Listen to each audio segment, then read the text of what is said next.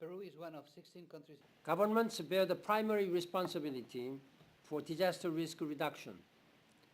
But the level of risk is also related to the where and how of investment by the private sector, which is responsible for 70 to 85% of worldwide investment in new buildings, industry, and critical infrastructure. Of insurance should be a very good incentive. Let us not shy away from the meaning of these numbers. Economic losses from disasters are out of control. They can only be reduced in partnership with the private sector, including investment banks and insurance companies. For too long, markets have placed a greater value on short-term returns than on sustainability and resilience.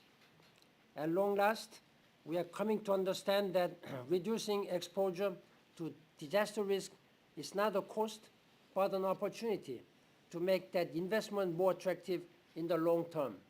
To insist that small enterprises are also... The set of large disasters which occurred in 2011 and 2012, the Great East Japan earthquake, the Thailand floods, Christchurch earthquake in New Zealand, and more recently and near Hurricane Sandy here in this area, have really been a wake-up call for business and the private sector in terms of the impacts that disasters can have on them.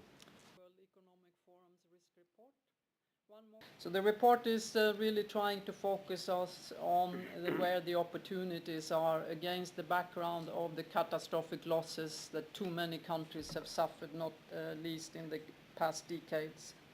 And that this opportunity can only be built on everyone's participation and sense of self-interest in engaging in the opportunity. In these contexts for the poorest and the most vulnerable.